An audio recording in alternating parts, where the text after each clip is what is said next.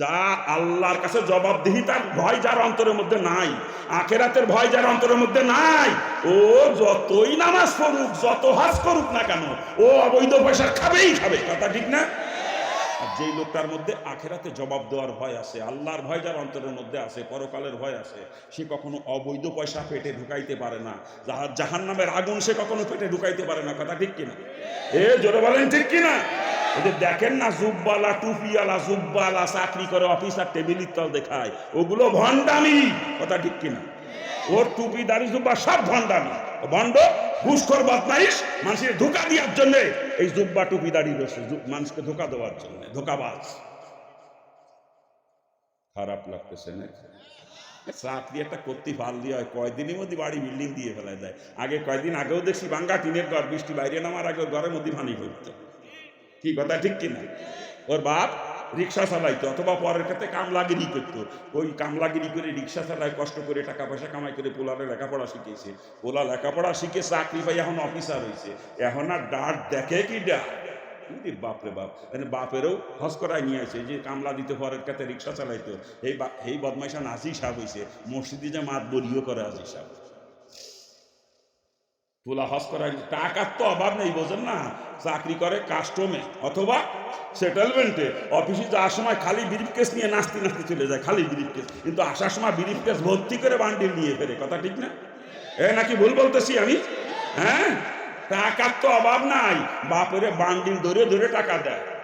আর বাপ খরচ করে কি করে? বাজারে যাইয়ে, আজি সাহেব যেদিন বাজারে যায়, ভালো মাছের কাছে আর কেউ যাওয়ার ক্ষমতা নাই। কথা ঠিক না? নাকি ভুল বলতেছি? বাজার টাজার করিয়ে কামলা দিয়ে বাজার পাঠায় দেয়, বাড়ি দিয়ে নিজে যে চার দোকানে বসে, বসে চা এক কাপ নিয়ে, ওরে গপ্প, আমার পোলা বড় অফিসার, দেশের বড় মাপের অফিসার আমার পোলা, এই পিরাই সরকারি সফরে, সরকারি ট্যুরে যায় বিভিন্ন দেশে। এই যে কয়েকদিন আগে সিঙ্গাপুর গেলি, আমার লাঠি কান দেখতেছে না, পিতল দিয়ে বান্ধানো লাঠি, আমার পোলা সিঙ্গাপুর তাই নিতেছে, সরকারি সফরে গেছে। পকেটেতে তসবি টান দিবার, কি তসবি দেখছো? মালয়েশিয়ান তসবি। আমার পোলা আইনে দেশে মালয়েশিয়া গেছিল সরকারি ট্যুরে। পার্স জুতো দেখায় না, সেই জুতো দেখছো? বিদেশি কোম্পানি জুতো, অ্যাপেক্সের জুতো, অ্যাপেক্সের। আমার বলা ডাহাত টেনি আইছে, গল্প বলারে নিয়ে তোর গল্প ছুটিয়ে যাবে রে বিয়াক্কেল, তোর কুত্তাও জাহান্নামে যাবে, তুই কুত্তার বাপ কুত্তা, তুইও জাহান্নামে যাবে।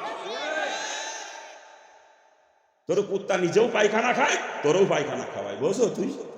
হ্যাঁ, তুই তো গার্জিয়ান, তোর দায়িত্ব ছিল লাগাম ধরা। তুমি কয় টাকা বেতন পাও? এই যে জমি কিনলে, এই যে ফ্ল্যাট কিনলে, এই যে বাড়ি করলে, এই যে গাড়ি কিনলে, টাকা পাইলে কোথায়? হিসাব দাও। কি গার্জিয়ানের দায়িত্ব ছিল না হিসাব নেওয়া? কিন্তু গার্জিয়ান তো বান্ডিল ভাই মিলে গেছে, পুলা এখন ওইটাই। আর একটারে মাদ্রাসায় পড়াইছিল মুফতি সাহেব, মুফতি সাহেব তো বেতন পায় 9,000 টাকা, নিজেরই চলে না, বাপের টাকাও দিতে পারে না, তারপরেও কিছু দেয়। কিন্তু ওটা তো বাপের পছন্দ হয় না। ওই যে আর এক ফুলা যে বান্ডিল দেয় কাস্টম অফিসার, ওই দেওয়াইছে এখন ফুলা, তোর হাসিগিরি ছুটিয়ে যাবে বিয়াক্কেল। ও ফুলা একা জাহান্নামে যাবে না, তোরে নিয়ে তারপরে যাবে। আল্লাহ পাক কোরআনে পাকে পরিষ্কার করে জানিয়েছেন, তাহাতাক দামিনাল ইয়াকুনা মিনাল আসফালিন, ওই সন্তান তোকে পায়ের নিচে ফেলবে কিয়ামতের দিন, পায়ের নিচে ফেলে পাড়াইয়া চটকাইয়া তোকে নিয়ে তারপরে জাহান্নামে যাবে। আসসালামু আলাইকুম ওয়া রাহমাতুল্লাহ। আলহামদুলিল্লাহ, আলহামদুলিল্লাহ কাফা ওয়া সালামুন আলা ইবাদিহিল্লাযিনা ইসতাফা, আম্মা বা'দ। আউযু বিল্লাহি মিনাশ শাইতানির রাজীম, বিসমিল্লাহির রহমানির রহিম। ওয়া মা খালাকতুল জিন্না ওয়াল ইনসা ইল্লা লিয়াবুদুন।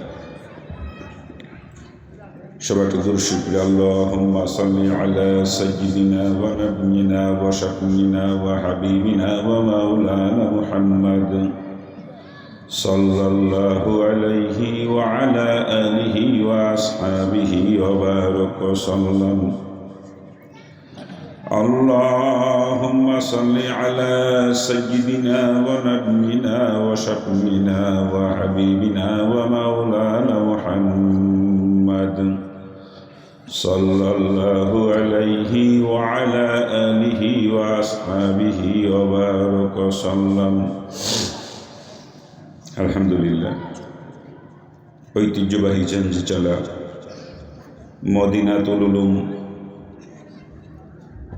মাদ্রাসা সংলগ্ন ঈদগাহ কেন্দ্রীয় ঈদগাহ ময়দানে এলাকাবাসীর সহযোগিতায় মসজিদ মাদ্রাসা কর্তৃপক্ষের উদ্যোগে আয়োজিত আজকের বাৎসরিক মাহফিলের সম্মানিত সভাপতি, উপস্থিত মুআজ্জাজ ওলামা হযরত,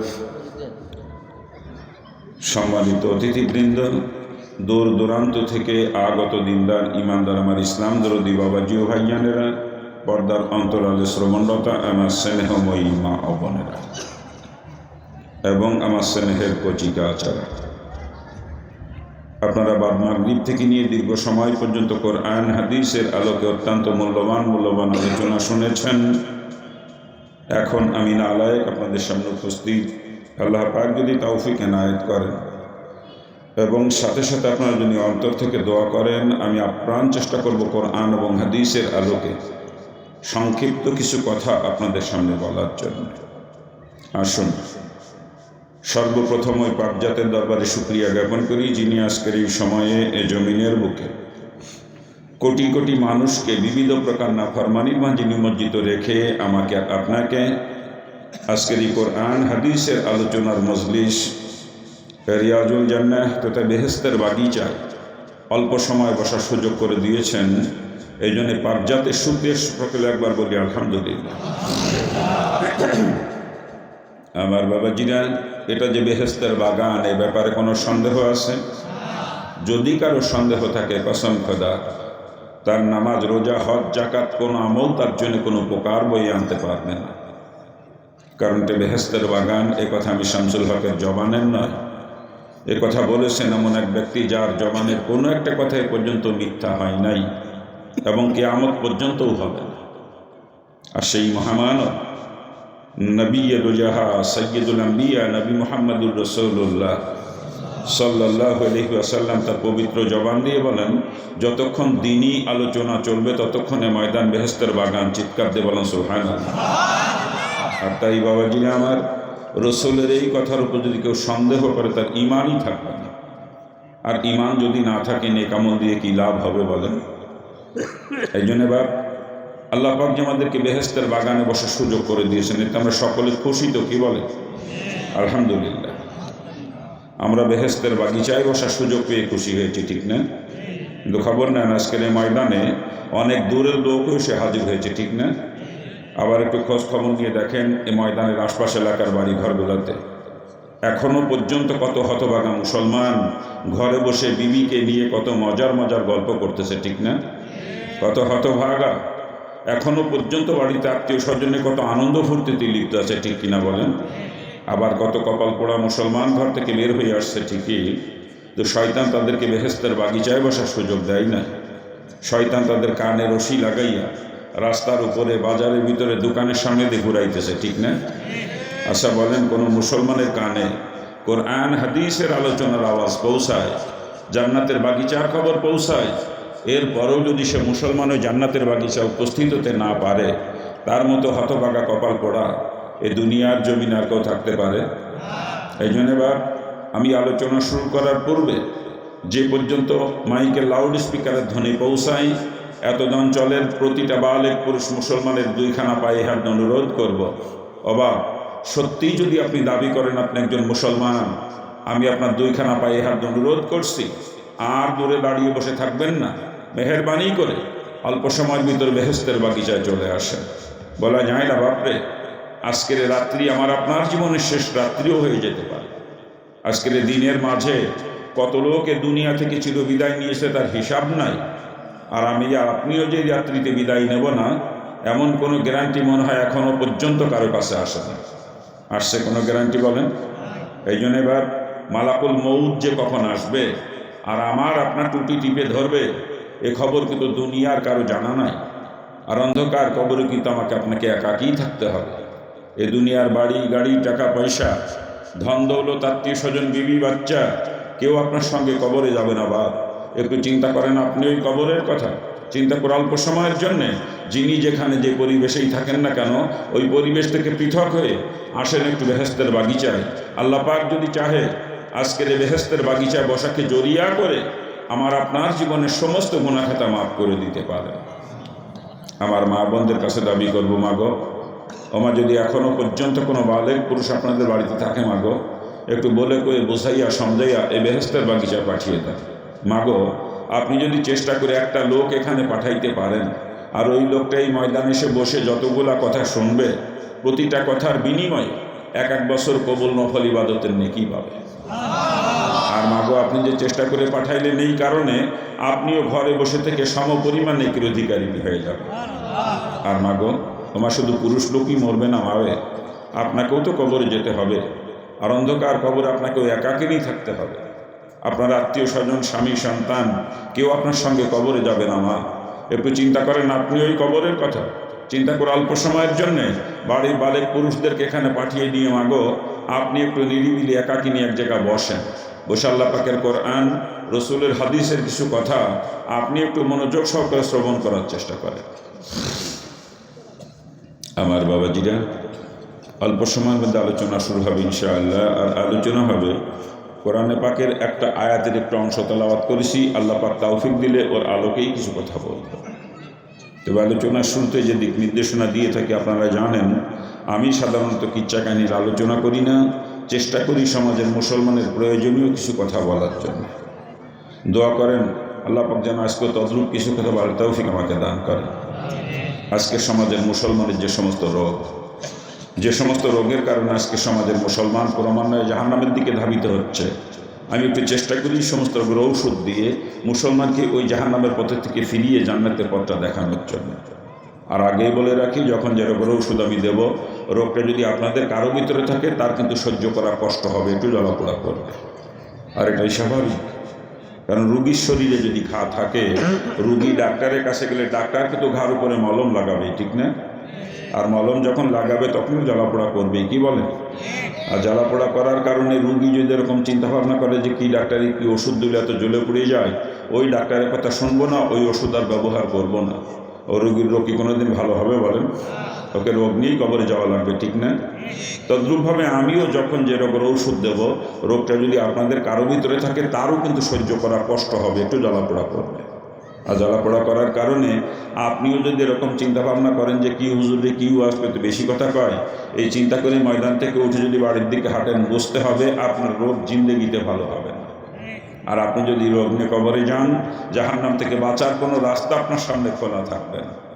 আমি আগেই বলে নিচ্ছি, আমি আপনাদের কিছু বেশি কথা বলবো, এমন অনেক কথা বলবো যেই কথা শোনার পর আপনারা অনেকে লজ্জাও পাবেন। আর যে বেশি কথা লজ্জা দেওয়ার কথা বলবো, কসম খোদারের পিছনে আমার ব্যক্তিগত কোনো স্বার্থ নাই। আমার উদ্দেশ্য যে একটু বেশি কথা বলেও যদি মুসলমানের সন্তানকে জাহান্নামের পথ থেকে ফিরানো যায়। আর আমি বলবো না বেশি কথা, কে বলবে বলেন? আমি হিন্দুর ঘরে জন্ম নিয়ে আজকে আমি ইসলাম অনুশাসন মেনে চলতে পারি, অথচ আপনাদের মাঝে আমি ইসলাম খুঁজে পাই না। আফসোস লাগে, হিন্দু থাকতে কোরআন হাদিস পড়েছিলাম, ওর যে ইসলাম আমি কোরআন হাদিসে পেয়েছিলাম, বর্তমান সমাজের অধিকাংশ মুসলমানের মাঝে সেই ইসলাম আমি খুঁজে পাই না। দুঃখে কলিজাটা কান্দে যে ইসলাম কোথায় আর আজকের সমাজের মুসলমান কোথায়। শুধু এই দুঃখ নিয়ে একটু বেশি কথা আপনাদেরকে বলি। আর এই জন্যে যদি একটু বেশি কথা বলি, রাগ করবেন না তো? কেউ সত্যি রাগ করবেন না তো? এখন বলতেছেন না, কিন্তু যখন ঘাড়ের উপরে পড়বে তখন কিন্তু রাগ হবে। কিন্তু রাগ হইলে আমার করণীয় কিছু নাই, কারণ ব্যক্তি স্বার্থ নিয়ে কোনো কথা আমি বলি না। মুসলমানকে জাহান্নাম থেকে বাঁচানোর উদ্দেশ্যে কথা বলি, এতে কারো রাগ হয়, আমার কিচ্ছু আসবে যাবে না, ঠিক কিনা? বাবাজির একটা জিনিস চিন্তা করতে হবে, ডাক্তার রুগীকে কাটে চেড়ে অপারেশন করে ব্যথা দেয়, এটা কি ডাক্তার নিজের ভালোর জন্য করে নাকি রুগীর ভালোর জন্য করে বলেন তো? আপনাদের এলাকার কারোর সঙ্গে তো আমার কোনো শত্রুতা নেই, কি বলেন? কারোর সঙ্গে কোনো আত্মীয়তার বন্ধনও নাই, ঠিক কিনা? অর্থের কোনো লেনদেন কারোর সাথে নাই, জমির আল ঠেলা ঠেলে নিবে, জমি ভাগাভাগি নিয়ে কোনো দ্বন্দ্ব ফাসাদও কারোর সাথে নাই, ঠিক না? এরপরও আপনাদেরকে আমি বেশি কথা বলবো, কেন বলবো একটু বিবেক দিয়ে চিন্তা করতে হবে। আমার নিজের স্বার্থে বলবো না বাজান, আপনাদের ভালোর জন্যই বলবো। এরপরেও যদি আমার কথায় কারো রাগ হয়, বুঝতে হবে আসলে তার কপাল পড়ছে, ঠিক কিনা? কি জোরে বলেন? আসেন আলোচনা শুরু করতে যাচ্ছি। যারা এখনও দূরে আসেন, মেহেরবানি করে দ্রুত ময়দানে চলে আসতে হবে। বাজান আপনি মুসলমানের সন্তান মুসলমান, আর আমি হিন্দুর বাচ্চা মুসলমান। আপনাদের মাঝে আসছি আল্লাহর দিন সম্পর্কে কিছু আলোচনা করবে আশা নিয়ে। আর এই জন্য অনুরোধ করব, এলাকার একটা মুসলমানের সন্তানও দূরে থাকবে না। যদি কোনো মুসলমানের সন্তানের কানে আমার মাইকের আওয়াজ পৌঁছায়, আমি আবারও আপনার পায়ে হাত অনুরোধ করছি, মেহেরবানি করে ময়দানে চলে আসতে হবে। আর যদি কেউ বলে যে আমি মুসলমানের সন্তান না, তার না আসলেও চলবে, কথা ঠিক না? কিন্তু কোনো মুসলমানের সন্তান দূরে থাকতে পারবে না, কারণ কোরআন হাদিসের আলোচনার আওয়াজ কানে পৌঁছানোর পরে মুসলমান কখনো দূরে থাকতে পারে না, ঠিক না? অনেক সময় আমার নাম শোনার পরে অনেক হিন্দু ভাইয়েরাও আসেন মাহফিল, যেহেতু আমি হিন্দু থেকে মুসলমান হয়েছি, তা ওনারাও জানতে চান যে আমি কেন মুসলমান হয়ে গেলাম। তো আজকের মাহফিলে হয়তো বা সেরকম 2-4 জন হিন্দু বান্ধব আসতে পারেন না, কি বলেন? আর যদি কোনো হিন্দু বান্ধব এসে থাকেন, ওনার জন্য কিন্তু ময়দানে বসতে নিষেধ নাই, কারণ এই ময়দান সকলের জন্য উন্মুক্ত। এ কোরআনে কারিমের ময়দান। আর কোরআনে কারিম শুধু মুসলমানের জন্য নাজিল হয় নাই, কোরআনে কারিম নাজিল হয়েছে সমস্ত মানবতার মুক্তির দিশারি হিসাবে, ঠিক না? হুদাল্লিন নাস, সমস্ত মানুষের হাদি হিসাবে কোরআন নাজিল হয়েছে, না কি বলেন? এই জন্য কোরআনের ময়দানে বসতে কারোর জন্য নিষেধ নাই। যদি কোনো হিন্দু বান্ধব এসে থাকেন, উনিও বসতে পারবেন এই ময়দানে, কোনো অসুবিধা নেই। কিন্তু তারপরেও কথা থাকে, হিন্দু ভাইরা যদি আসেন, ওনাদের আবার এতগুলো টুপিওয়ালা মানুষের সঙ্গে মিলে এ ময়দানে বসতে একটু লজ্জা লাগতে পারে, স্বাভাবিক এটা, না কি বলে? একটু সংকোচ বোধ হয়। আর ওনারা যদি লজ্জার খাতিরে, সংকোচের কারণে দূরে কোথাও দাঁড়িয়ে বসে থাকেন, রাস্তার উপরে, বাজার মধ্যে, দোকানের সামনে থাকেন, আমি তাতেও কোনো আপত্তি করব না। কিন্তু কোনো মুসলমানের জন্য এই ময়দানে বসতে কি লজ্জা লাগতে পারে? মুসলমানের জন্য এখানে লজ্জার কিছু আছে? তাই যদি কোনো মুসলমান এখনো পর্যন্ত ময়দান থেকে দূরে কোথাও থাকেন, রাস্তার উপরে, বাজারের মধ্যে, দোকানের সামনে বা আশেপাশের বাড়ি ঘরে, যদি কোনো মুসলমান এখনো থেকে থাকেন, আমি আবারও আপনার পায়ে হাত অনুরোধ করছি, মেহরবানি করে ময়দানে চলে আসতে হবে। আমি হিন্দুর বাচ্চা মুসলমান হয়ে কোরআন হাদিস আলোচনা করব, আর আপনি মুসলমানের সন্তান হয়ে দূরে দাঁড়িয়ে বসে থাকবেন, এটা কখনো মানায় না, ঠিক কিনা? যদি একটা মুসলমান ময়দান থেকে দূরে কোথাও থাকবে না, মাইকের আওয়াজ যদি কানে পৌঁছায়, আর নিজেকে বলে যদি মুসলমান বলে দাবি করেন, এই মুহূর্তে আপনাকে ময়দান আসতে হবে, পরিষ্কার করে বলছি। চলে আসবেন, সে এলাকার কোনো মুসলমান দূরে থাকবে না, বিশ্বাস আমার আছে। কি বলেন আপনারা? আমি হিন্দুর বাচ্চা মুসলমানে কোরআন হাদিস আলোচনা করব, আর মুসলমান ঘরে বসে বউ নিয়ে মজা মারবে, রাস্তার উপরে সাত দোকানের সামনে আড্ডা মারবে, এটা কখনো সম্ভব না, কি বলেন? আর যারা মুসলমান তারা চলে আসবে। আমরা দোয়া করি আল্লাহ পাক এলাকার সকল মুসলমানকে ময়দানে আসার তৌফিক দান করুন, জোরে বলেন আমিন। আসতেছে চতুর্দিক থেকে আরো আসবে ইনশাআল্লাহ, কোনো মুসলমান দূরে থাকবে না, বিশ্বাস আমার আছে। কি বলেন আপনারা? ওনারা আসতে লাগুক, আমরা আলোচনা শুরু করব, না কি বলেন? আর আলোচনা শুরুতে অনুরোধ করব, যাদের কাছে মোবাইল আছে, মোবাইলগুলো হয় বন্ধ করে রাখতে হবে, না হলে রিংটোন সাইলেন্ট করে নিতে হবে, দুইটার একটা। না, আপনার মোবাইলে রিং আসলে ওই রিংটোনের শব্দ আপনার আশেপাশে কমপক্ষে 10 জন লোকেরও শোনার প্রতিবেদন, আপনি গুণাগার হয়ে যাবেন। কিন্তু মোবাইল থেকে যদি রেকর্ডিং করতে চান, আপনাকে রিংটোন সাইলেন্ট করে নিয়ে রেকর্ডিং করতে হবে, কারণ রেকর্ডিং ভেতরে কল ঢুকে, তখন যদি রিংটোন বেজে ওঠে, আপনার আশেপাশের মানুষের ওয়াজ শোনার প্রতিবেদন, আপনি গুণাগার হয়ে যাবেন। এই জন্য মোবাইলগুলো কোন অবস্থায় সকলে দেখে নিলে ভালো হয়। আমরা আশা করব কারো মোবাইল রিংটোনের শব্দ আমাদের কানে আর আসবে না, কি বলেন? আশা করতে পারি তো নাকি? এই মোবাইল যে কত বড় ফিতনা বর্তমানে, মসজিদে জামাতে নামাজ পড়তে গেলে মোবাইলের যন্ত্রণায় নামাজটাও ঠিক মতো পড়া যায় না, ঠিক কিনা? নামাজের মধ্যে কিরিং কিরিং করে আসতে শুরু করে, নামাজের ধ্যান নষ্ট হয়ে যায়, কথা ঠিক না? এই জন্য মেহরবানি করে দেখে নেন কার মোবাইলটা কোন অবস্থা আছে। কোনো মোবাইলে রিংটোন চালু থাকবে না, প্রত্যেকে যার যার মোবাইল দেখে নিতে হবে। আপনারা স্টেজে যিনারা আছেন, আপনারা কিন্তু আওতার বাইরে না, আওতাভুক্ত। আপনাদেরগুলো সাইলেন্ট করা আছে, কিন্তু দেখে নিলে ভালো হয়। কি সভাপতি সাহেব সাইলেন্ট করা আছে তো নাকি? কি বড় হুজুর আপনারটা? হ্যাঁ, কারো মাইকম্যানের মোবাইল কি সাইলেন্ট করা আছে? আরে মাইকম্যান মোবাইল সাইলেন্ট করা আছে তো? না থাকলে করে নিতে হবে। আমি স্টেজে আসার আগে আমার দুইটা মোবাইল, দুইটাই সাইলেন্ট করে নিয়ে আসছি আপনাদের দোয়ায়, আলহামদুলিল্লাহ। আলোচনা শুরু করব। আলোচনা শুরুতে রসুলের হাদিস শোনাই, না কি বলেন? রসুল হাদিসের ভিতরে বয়ান করেন, 3টা জায়গার মাঝে তোমরা ফাঁকা রেখো না। যখন নামাজের কাতারে দাঁড়াও, 2 মুসল্লির মাঝখানে যেন ফাঁকা না থাকে। দ্বিতীয়ত, যখন স্বামী স্ত্রী এক বিছানায় ঘুমাও, 2জনের মাঝখানে যেন ফাঁকা না থাকে। আর তৃতীয়ত, যখন কোনো দিনই মজলিসে বসো, ওইখানে যেন মাঝখানে ফাঁকা না থাকে। হুজুর বলেন, এই 3 জায়গায় যদি মাঝখানে ফাঁকা থাকে, ফাঁকা জায়গার একজন এসে বসে, বলেন তো কে? জোরে বলেন। মিস্টার ইবলিস। ওর গায়ে কিন্তু আগুন জ্বলতেছে, কেন জানেন? রসুল অন্য হাদিসের মধ্যে বয়ান করেন, যখন কোনো দিনই মজলিস শেষ হয়, একজন ফেরেশতা এরকম ঘোষণা করতে থাকে, হে মজলিস ওয়ালারা, তোমরা এমনভাবে মজলিস থেকে ওঠো যেন তোমরা একজন নবজাত শিশু। অর্থাৎ তোমাদের আমল নামা যত গুনাহ ছিল, ওই গুনাহ রাশি মাফ করে দেওয়া হয়েছে, গুনার জায়গাগুলো নেকি দিয়ে পরিবর্তন করে দেওয়া হয়েছে। আচ্ছা বলেন, ইবলিস কি এটা মেনে নিতে পারে? সারা জীবন ইবলিস কত কষ্ট করে করে আমাকে আপনাকে দিয়ে গুনার কাজ করিয়েছে, আর আজকের এই ময়দানে বসে জীবনের সব গুনাহ মাফ হয়ে যাবে, আবার গুনার জায়গা নেকিতে পরিবর্তন করে দেওয়া হবে। এটা কি ইবলিস মেনে নিতে পারে বলেন? এই জন্য ইবলিসের গায়ে কিন্তু আগুন জ্বলতেছে, কেমনে আমাকে আপনাকে ময়দান থেকে উঠাবে, এইটা ইবলিসের সব থেকে বড় সেটা, ঠিক না? তাই হুজুর বলেন ফাঁকা পাইলেই ও ফাঁকা জায়গায় এসে ইবলিস বসবে, বসে আমাকে আপনাকে ধোঁকা দিয়ে ময়দান থেকে ওঠানোর চেষ্টা করবে। আর আমি আপনি যদি ইবলিসের ধোঁকায় করে ময়দান থেকে উঠে যাই, ইবলিস কিন্তু আমার আপনার উপরে খুশি হবে, ঠিক না? এদিকে কিন্তু আর একজন নারাজ হয়ে যাবে। বলেন তো কে? জোরে বলেন। আপনারা কাকে খুশি করবেন, আল্লাহকে না ইবলিসকে? যদি আল্লাহকে খুশি করতে হয়, ময়দানের মাঝখানে ইবলিসের বসার কোনো জায়গা রাখা চলবে না। যার সামনেই ফাঁকা থাকবে, আমি মনে করবো আপনি ইবলিসকে খুশি করার জন্য আপনার সামনে ইবলিসের বসার জন্য জায়গা রেখে দিয়েছেন। কি ইবলিসকে খুশি করতে চান নাকি আপনারা কেউ? ইবলিসকে খুশি করতে চান কেউ? তাহলে সকলে আমার সঙ্গে জিকির করবেন, জিকিরের তালে তালে প্রত্যেকের সামনে আগাইয়া যে সামনে ফাঁকাটা নিজেই পূরণ করে নিতে হবে। আপনি জায়গায় বসে থাকবেন আর একজনকে ঠেলে সামনে পাঠাবেন, এরকম চলবে না। কিন্তু আপনাকে সামনে আগাইয়া আপনার সামনের ফাঁকাটা আপনাকেই পূরণ করতে হবে। জিকির করে সামনে দিকে আগান, আল্লাহ আল্লাহ আল্লাহ আল্লাহ।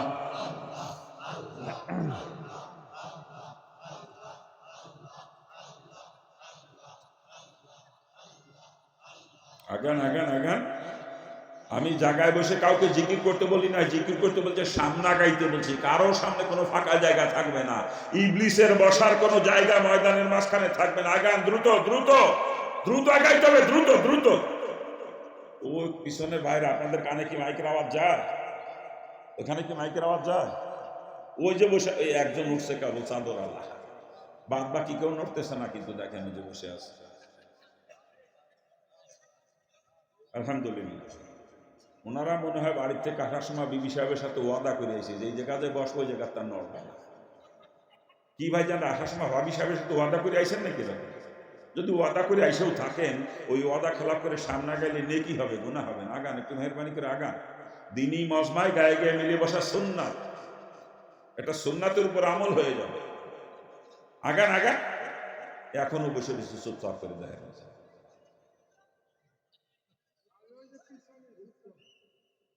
আসলে সুন্নাতের গুরুত্ব আর মহব্বত আমাদের অন্তরে নাই। সমস্যা হলো এইটাই। একটা সুন্নাতের যে কত দাম আমরা জানি না। এই দুনিয়া যদি কোটিবার বিক্রি করা হয়, যত অর্থ হবে, সমস্ত অর্থ সদকা করে দিলে যে নেকি হবে, তার থেকেও একটা সুন্নাতের দাম অনেক বেশি। আল্লাহ পাক সকলকে সুন্নাতের মহব্বত করা তৌফিক দান করে। জোরে বলেন না। আমি এখনো বসে রয়েছে মুরব্বীরা, দেখেন এই যে, আল্লাহ হেফাজত করে।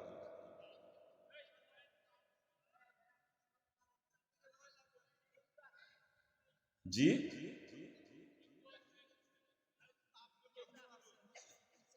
যাক আলহামদুলিল্লাহ। হিন্দু ভাইরাও আসছেন নাকি? আলহামদুলিল্লাহ।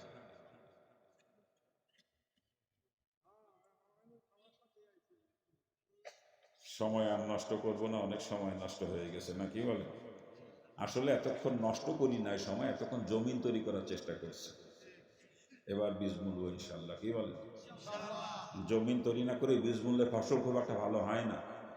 যেন এতক্ষণ চাষ দিয়ে জমিন তৈরি করার চেষ্টা করছি, এবার নিয়ত করছি বীজ বুনবো। দোয়া করেন আল্লাহ পাক যেন তৌফিক দান করেন। কিন্তু আশ্চর্য হয়ে যাচ্ছে আজকে মাহফিলে লোকের উপস্থিতি দেখে। আপনাদের এই এলাকায় মনে হয় মুসলমানের বসবাস খুব কম, অন্য ধর্মের লোক বেশি নাকি? হ্যাঁ, এত কম লোক আমার মাহফিলে, আমি তো আশ্চর্য হয়ে যাচ্ছি। এরকম প্যান্ডেল কয়েকটা জোড়া দিলেও তো আমার মাহফিলে লোক সংকলন হয় না। প্যান্ডেলের সাইডের ব্যারিকেডগুলো খুলে দেওয়া লাগে।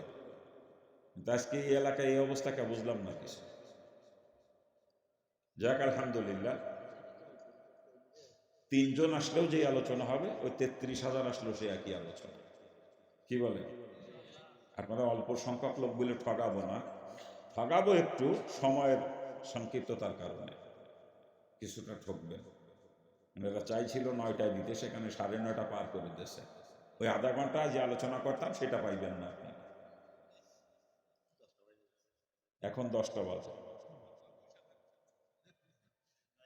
আপনারা বসে থাকবেন, আমি মোনাজাত দিয়ে নেমে যাবো, অসুবিধা নেই।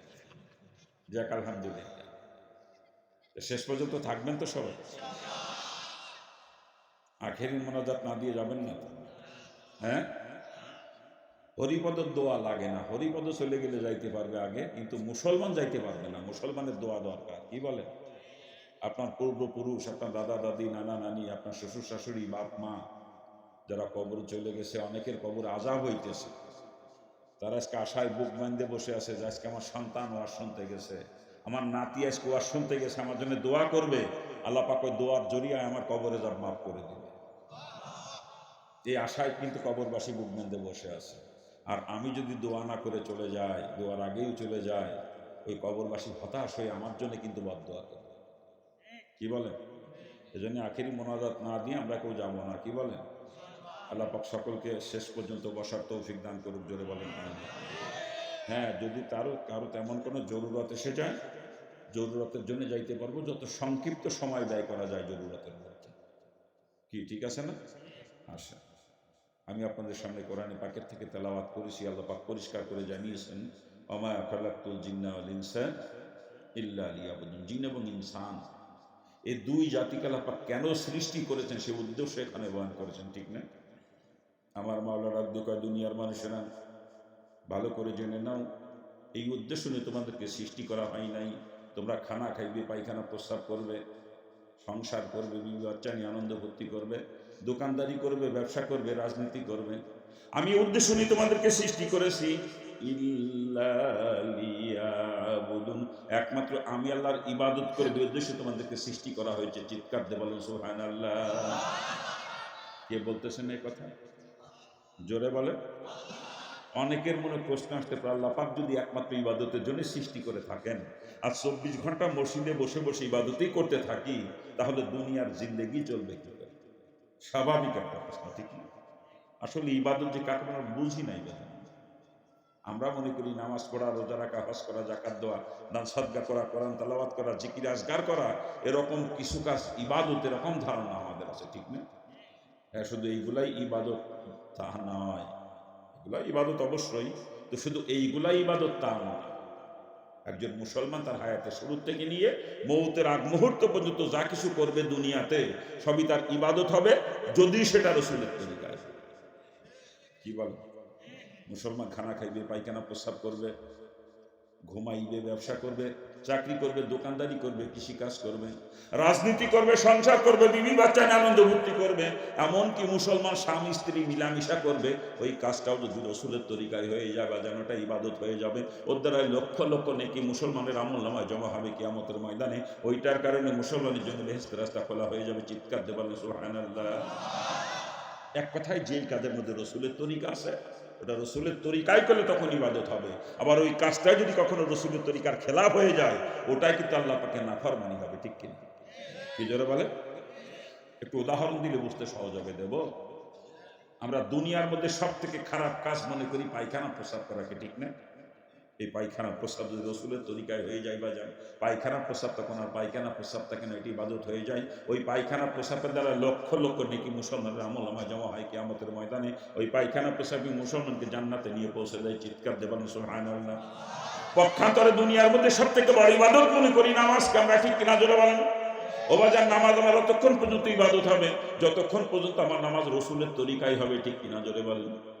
কিন্তু যদি আমার নামাজ কখনো রসুলের তরিকার খেলা হয়ে যায়, ওই নামাজ তখন আর ইবাদত থাকবে না, নামাজ হয়ে যাবে আল্লাহ পাকের নাফরমানি। ওই নামাজের কারণে কিয়ামতে আমাকে জাহান্নামে চলে যাওয়া লাগবে। চিৎকার দিয়ে বলেন নাউজুবিল্লাহ। কথাটা আবারও ভালো করে স্মরণ রাখতে হবে বাজান, যেই কাজের মধ্যে রসুলের তরিকা আছে ওটা রসুলের তরিকায় করলে তখন ইবাদত হবে, আর রসুলের তরিকার খেলাফ হয়ে গেলে ওটাই কিন্তু আল্লাহ পাকের নাফরমানি হয়ে যাবে। ঠিক কিনা? জোরে বলেন।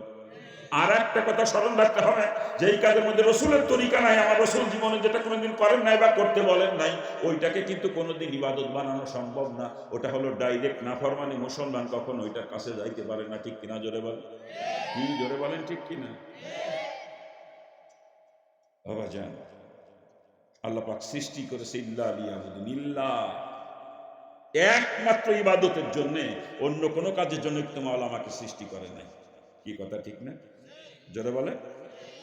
অতএব যা কিছু দুনিয়ায় করবো সব কিন্তু আমার ইবাদত হতে হবে, আর যেইটাকে ইবাদত বানাইতে পারবো না ওইটার নামই হলো নাফরমানি।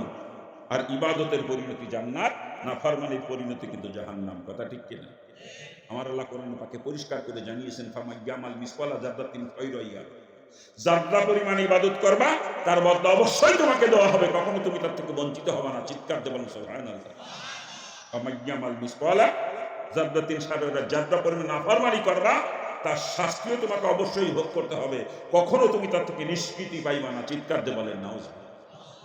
এই জন্য বাজান, জিন্দেগির কোনো একটা কাজ আমার নাফরমানি না হয়, এদিকে সদা সতর্ক দৃষ্টি রাখতে হবে। যা কিছু করব সব ইবাদত হওয়া লাগবে, কারণ আল্লাহ সৃষ্টিই করেছেন ইল্লা লিয়াবুদুন, ইল্লা ইল্লা একমাত্র ইবাদতের জন্য। ঠিক কি জোরে বলেন? অতএব যা কিছু করব সব ইবাদত হওয়া লাগবে। আমার পুরা জিন্দেগিটা মাবুদের দরবারে ইবাদত হিসাবে গ্রহণযোগ্য হতে হবে। ঠিক কি জোরে বলেন? আর জিন্দেগি তখনই মাবুদের দরবারে ইবাদত হিসাবে গ্রহণযোগ্য হবে যখন আমার জিন্দেগি রাসূলের তরিকায় পরিচালিত হবে। ঠিক না? কি জোরে বলেন? আবার জান, আর ইবাদত তখনই হবে যখন সেটা রাসূলের তরিকায় হবে। আর একজন মানুষের জিন্দেগিতে এমন কোনো সেক্টর নাই যেই সেক্টরের মধ্যে রাসূলের তরিকা দেবে। কি আপনারা কি বলেন?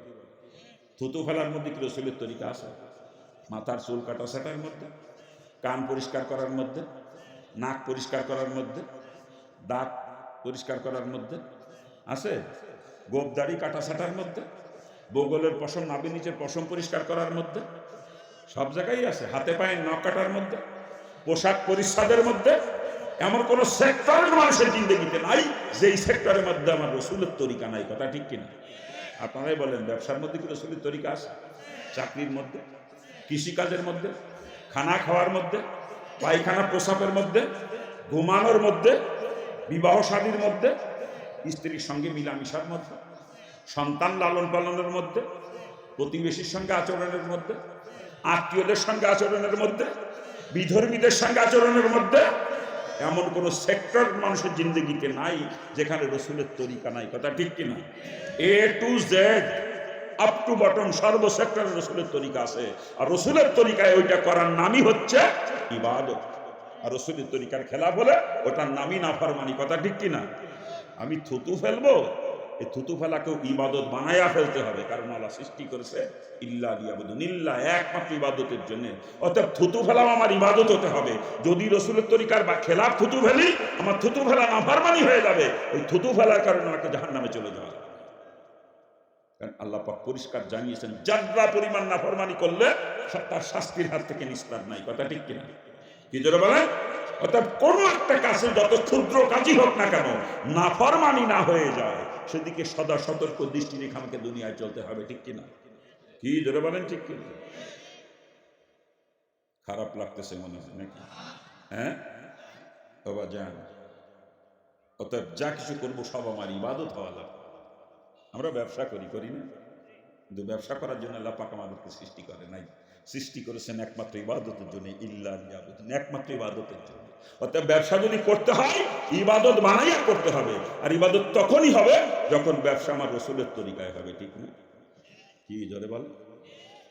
ব্যবসার মধ্যে রাসূলের তরিকা আছে কি নাই? ব্যবসা করতে যে মালের ভিতরে ভেজাল ঢুকানো যাবে না, ওজনে কম বেশি করা চলবে না, মিথ্যা কথা বলে বেচা কিনা করা চলবে না। কথা ঠিক কিনা? জোরে বলেন। সুন্নাত তরিকায় ব্যবসা যদি করতে পারেন, আপনার ব্যবসা ইবাদত হয়ে যাবে। ব্যবসার দ্বারা লক্ষ লক্ষ নেকি আপনার আমলনামায় জমা হবে কিয়ামতের ময়দানে। ওই ব্যবসা আপনাকে জান্নাতে নিয়ে পৌঁছে দেবে। চিৎকার দিয়ে বলেন সুবহানাল্লাহ। পক্ষান্তরে আমাদের ব্যবসা কেমন হয় দেখেন। আমি ব্যাপারী মানুষ, বাজারের দিন হাটের দিন কাটা ঝোলাইয়া মাল কিনি। আর মাল কেনার সময় আমার খেয়াল থাকে কেমনি 42 কেজি দিয়ে মন বানানো যায়। আবার ওই মাল যখন বিক্রি করব তখন খেয়াল 38 কেজির বেশি যেন এক মনে না যায়। কেনার সময় 42 কেজি আর বেচার সময় 38 কেজি। নাকি ভুল বলতেছি আমি? আর আপনার ক্ষেতের ধান আপনি বিক্রি করতে নিয়ে গেছেন, মাইপে নিয়ে গেছেন 1 মণ 40 কেজি, 1 মণ, মাপের উপর বেশিও নিয়ে গেছেন, কিন্তু বাজারে নিয়ে যে ব্যাপারীর কাছে বিক্রি করছেন আপনার সামনে ওজন করবে 38 কেজি বেশি জীবনও হবে। এই কথা ঠিক জোরে বলে। আবার আপনি গরুর গোস্ত কিনে নিয়েছেন বাজারতে 5 কেজি, আইনে তো কোনোদিন মাইপে দেখেন নাই, আইনে 2 তো রান্না শুরু করে দেন নাকি কয়? হ্যাঁ, কিন্তু একদিন মাইপে দেখেন কটুক পাইছেন, 4.5 কেজি হয় কিনা তাও সন্দেহ। কি কথা ঠিক না ভুল বলতেছি? জোরে বলে। এই যে ওজনে কম বেশি করে বেচে কিনা করতেছি বাজান, এই ব্যবসা করে যে টাকা লাভ হইতেছে, লাভের টাকা খাওয়া আর শুয়োরের গোস্ত খাওয়ার মধ্যে কিন্তু একজন মুসলমানের কাছে কোনো পার্থক্য নাই। চিৎকার দিয়ে বলেন নাউজুবিল্লাহ। শুধু তাই না বাজান, মাল কিনি দুই পয়সা, একটা ভালো মাল একটা খারাপ মাল। ভালোটা কিছু মাত্র 10 কেজি, খারাপটা কিছু 30 কেজি গড়ে 1 মন। ওই ভালো 10 কেজি কিনা আছে 30 টাকা কেজি ধরে, আর খারাপ 30 কেজি কিনা আছে আমার 25 টাকা কেজি ধরে। দুটো একসঙ্গে মিক্সার করছি, 30 কেজি আর 10 কেজি 40 কেজি বস্তা বন্দি করে বাজারে বিক্রি করতে নিয়ে গেছি। 29 টাকা ধরে বেশি, আর কই কসম খোদার 30 টাকায় কিনা ছিল। আজকে বাজার দাম তাই 1 টাকা লস দিয়ে বিক্রি করা লাগতেছে। কি কয় না এরকম? হয় কিনা জোরে কর? আফসোস আফসোস। অথচ ভিতরে 30 কেজি কিনা 25 টাকা কেজি ধরে, আমরা তো 10 কেজি কিনা 30 টাকা কেজি ধরে, ঠিক না? কসম খোদার 30 টাকা কিনা, কি কায়দা রে! আমি আজি শাহ, আমার বাজারে দোকান আছে, গার্মেন্টসের দোকান। কিসের দোকান? গার্মেন্টসের দোকান। এই শীতের সিজনে সোয়েটার কিনে নিয়ে আসি বঙ্গবাজারের তে, অথবা কালীগঞ্জের তে, অথবা নিউ মার্কেটের তে, অথবা মিরপুর কলেজ মার্কেট থেকে, নাকি কার? হ্যাঁ, পাইকারি কিনে আসি 300 টাকা পিস সোয়েটার, 300 টাকা কিনা পড়ছে পাইকারি। আর আমার দোকান পর্যন্ত পৌঁছাইতে পিস প্রতি আর 2 টাকা খরচ গেছে, তাহলে কত হইল? 302 টাকা। বিক্রি করলাম 1100 টাকা। আবার কি কিনা দামি দিয়ে দিলাম, কিচ্ছু থাকে না, কিচ্ছু থাকে না। ওদিকে এই সুন্নাতি দাড়ি মুখে, জুব্বা গায়, মাথায় খালি টুপি না, ভাগড়িও বান্দা, ও তাহাজ্জুদ পড়ে, বলে তাহাজ্জুদ পড়ে, অথচ মিথ্যা কথা বলে মাল বিক্রি করে। কি কায়দার এই যে ব্যবসা করতেছি বাজান, এই যে সুন্নাত তরিকার খেলার ব্যবসা, এই ব্যবসা থেকে যে ইনকাম হইতেছে, ওই টাকা খাওয়া আর পায়খানা খাওয়ার মধ্যে কোনো পার্থক্য না। চিৎকার দিয়ে বলেন নাউজুবিল্লাহ। ও বলে তাহাজ্জুদ পড়ে, যা রুজি হারাম। এই বদমাশ কোন চোর কয় তোরে নামাজ পড়তে? রুজি হলো হারাম, তুই খাওয়ালে পায়খানা শুরু। হ্যাঁ, তোর ব্যবসা উল্টো পাল্টা, হারাম কামাই করে হারাম খাই, তুই তাহাজ্জুদ পড়ো, বিয়াকে ভণ্ডামি বাদ দে। কোন চোর কয় তোরে নামাজ পড়তে? হ্যাঁ, ইবাদত বলে 1 নাম্বার শর্ত হলো হালাল রুজি খাওয়া। 1 নাম্বার শর্ত, হারাম খোরের কোন ইবাদত আল্লাহ কবুল করে না। কথা ঠিক কিনা? ধরে বলেন ঠিক কিনা? রুজি হলো হারাম, ব্যবসা করে উল্টো পাল্টা, হারাম কামাই করে হারাম খাই, আবার তাহাজ্জুদ মানে ভণ্ডামি জায়গা হয় না নাকি? ভণ্ড কোথাকার? হ্যাঁ, ভণ্ডামি বাদ দে। ওর টুপি দাড়ি জুব্বা সব ভণ্ডা, ওর নামাজ ভণ্ডামি। কথা ঠিক কিনা? এ জোরে কান ঠিক কিনা? খারাপ লাগতেছে মনে হয় নাকি? এই যে ব্যবসা বাণিজ্য সুন্নাত তরিকার খেলা বইতেছে বাজান, এই ব্যবসা যাচ্ছে না ফরমানি। এই ব্যবসার কারণে কিয়ামত আমাকে জাহান্নামে চলে যাওয়া লাগবে, কারণ ইবাদতের পরিণতি জান্নাত, আর নাফরমানির পরিণতি কিন্তু জাহান্নাম। চিৎকার দিয়ে বলেন নাউজুবিল্লাহ। আমরা চাকরি করি, অনেকেই করি না, কিন্তু চাকরি করার জন্য আল্লাহ পাক কাউকে সৃষ্টি করে না, সৃষ্টি করে সিল্লা লিয়াবুদুন, একমাত্র ইবাদতের জন্য।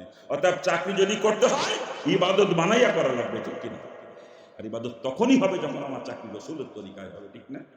চাকরির মধ্যে রসুলের তরিকা আছে কি নাই? রসুলের তরিকা আছে কি নাই? চাকরি করতেছে, কখনো দায়িত্ব অবহেলা করা চলবে না, ডিউটিতে কখনো ফাঁকি দেওয়া যাবে না, অফিসে বসে আউট ইনকামের ধান্দা করলে চলবে না। সুন্নাত তরিকায় চাকরি যদি করতে পারেন, আপনার চাকরি ইবাদত হয়ে যাবে। ওই চাকরির দ্বারা লক্ষ লক্ষ নিকে আপনার আমল নামা জমা হবে কিয়ামতের ময়দানে। ওই চাকরি আপনাকে জান্নাতে নিয়ে পৌঁছে দেবে। চিৎকার দিয়ে বলেন সুবহানাল্লাহ। আর আমরা চাকরি করি কেমন দেখেন? আমি অফিসার মানুষ, অফিস টাইম সকাল 9টা থেকে বিকেল 5টা পর্যন্ত। আমি অফিসে যাই বেলা 11টা পার হয়ে গেলি, আবার 3টের আগে ডিউটি শেষ। এই যে ডিউটিতে ফাঁকি দিয়ে বেতন খাইতেছি, ও বেতন কি হালাল না হারাম? হালাল না হারাম?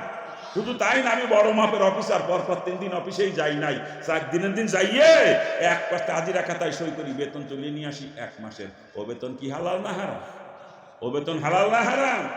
এই যে ডিউটিতে ফাঁকি দিয়ে দায়িত্ব অবহেলা করা যে বেতন খাওয়া হয়, ওই বেতনের টাকা খাওয়া আর শুয়োরের গোশত খাওয়ার মধ্যে কোনো পার্থক্য নাই। চিৎকার দিয়ে বলেন নাউজুবিল্লাহ।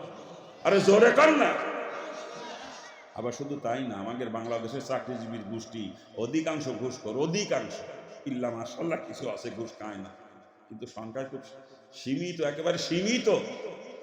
কিন্তু অধিকাংশ চাকরিজীবীর গোষ্ঠী ঘুষখোর আমাদের দেশে, নাকি ভুল বলতেছি?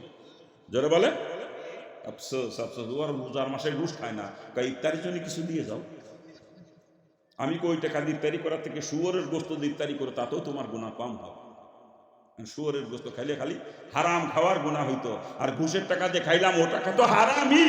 সাথে সাথে যার কাছ থেকে ঘুষ নিলাম তার উপরে জুলুম করা হইলো, হারামও খাইলাম, জালেমও হইলাম। শুয়োর খাইলে শুধু হারাম খাওয়া হইতো, জালেম হইতাম না। ঠিক কিনা? যারা বলেন ঠিক কিনা? কি কায়দা রে! বড় মাপের অফিসার, আবার নামাজি, এই সুন্নাতি দাড়ি মুখে, সুন্নাতি জুব্বা গায়, টুপি মাথায় দিয়ে অফিস করে, প্যান্ট শার্ট পরে না, সুন্নাতি পোশাক, সালোয়ার জুব্বা, নাকি কর? হ্যাঁ, জোহরের আজান হইতেছে মসজিদে, উনি নামাজে যাওয়ার জন্য প্রস্তুতি নেওয়া শুরু করছে। নামাজের জন্য প্রস্তুতি, অজু টজু করে এসে টেবিলে বইছে, ঘড়ি দেখতেছে নামাজের টাইমে যাবে। ইতিমধ্যে একটা লোক একটা ফাইল নিয়েছে, কই স্যার আপনার একটা সই লাগবে স্যার, আপনার সইটা না হলে আমার কাজটা আটকা পড়ে রয়েছে স্যার, একটা সই করে দেন। কয় টাকা দাও, টাকা ছাড়া সই হবে না।